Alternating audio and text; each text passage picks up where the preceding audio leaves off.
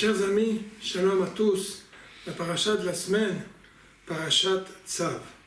On vient à peine, on est encore sous l'effet de la simcha particulière des fêtes de Purim, mais juste après, on revient et on continue le cycle des parachiotes de la semaine, et c'est la deuxième paracha du Chumash de Vaïkra. Il y a un fait singulier. Les premiers versets de la paracha de Tzav vont demander, insister lourdement sur le fait que le feu qui va être sur l'autel doit être constant, doit être permanent. Je me permets de lire avec vous d'abord l'ordre lui-même. Tzav et Aaron, v'et banav lemor, zot Torah ha'olah, hi ha'olah al-mugdal ha'mizbeach, kol ha'layla ad haboker ve'esh ha'mizbeach tukadbo.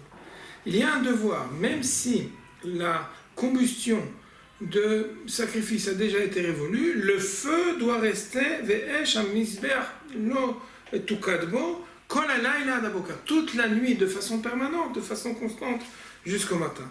Mais ça ne suffit pas. Le verset va continuer. Le verset 5 du chapitre 6.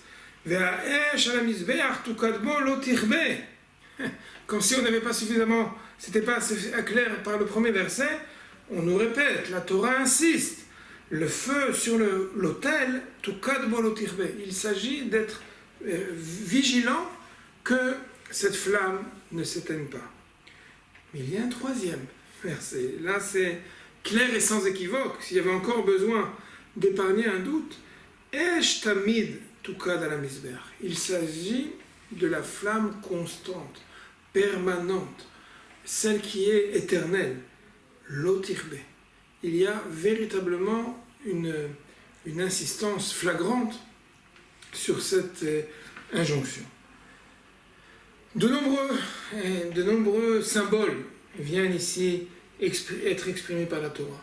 Il est clair que quand on a parlé du premier devoir, c'est Me'alayla, comme quand il y a une obscurité, quand il y a des difficultés, quand il y a des défis, c'est clair que le feu doit être présent.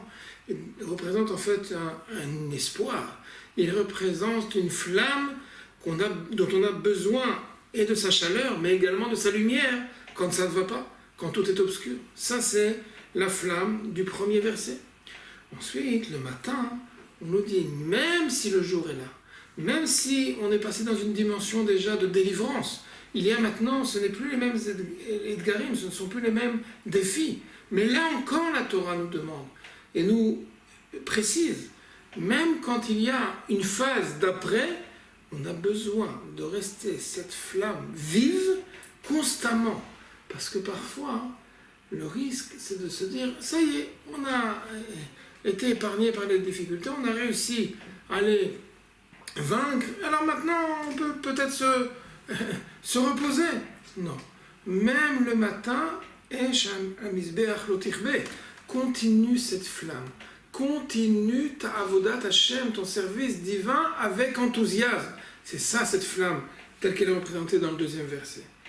Et ensuite, on va nous dire, la véritable épreuve, la véritable demande, la véritable requête, c'est que tout au long à la durée, à savoir, parfois, on a envie de remercier Akadosh Baruch Hu, on a envie de faire un véritable effort de s'approcher de Dieu. C'est tout le livre de Vaïkra qui est comme ça.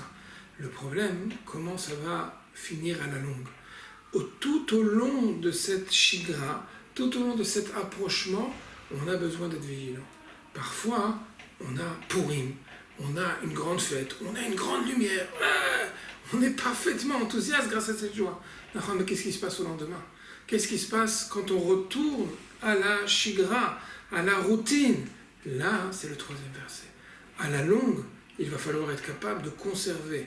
Parfois, on a besoin d'une flamme exemplaire, mais en vérité, il faut toujours veiller à ce qu'elle ne s'éteigne pas, qu'elle reste constante, que cette veilleuse soit constamment présente au nom de cet amour pour Akadosh Baruch Hu, de cet enthousiasme pour Akadosh Baruch Hu, et Ratson pour nous tous.